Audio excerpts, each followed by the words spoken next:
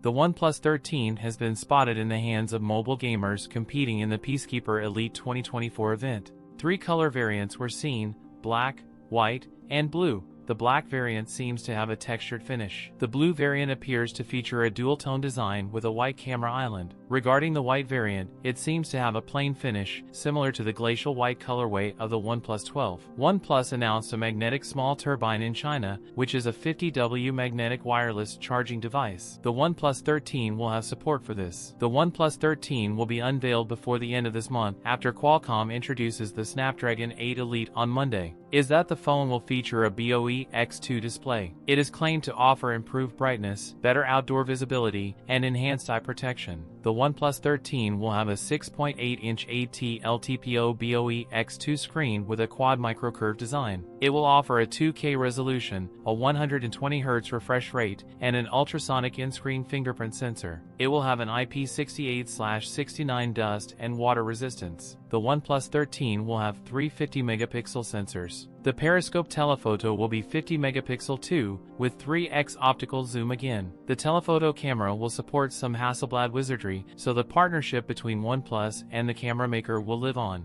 The new sensors may help the OnePlus 13 rise above its predecessor in terms of camera prowess. The other big upgrade is that the phone will apparently have a 6,000 mAh battery and pairs it with 100W wired charging. We can expect to see the OnePlus 13 released to the global stage in January 2025. That's it for today's video. If you enjoyed it, don't forget to like, comment, and subscribe for more content. Thanks for watching, and I'll see you in the next one.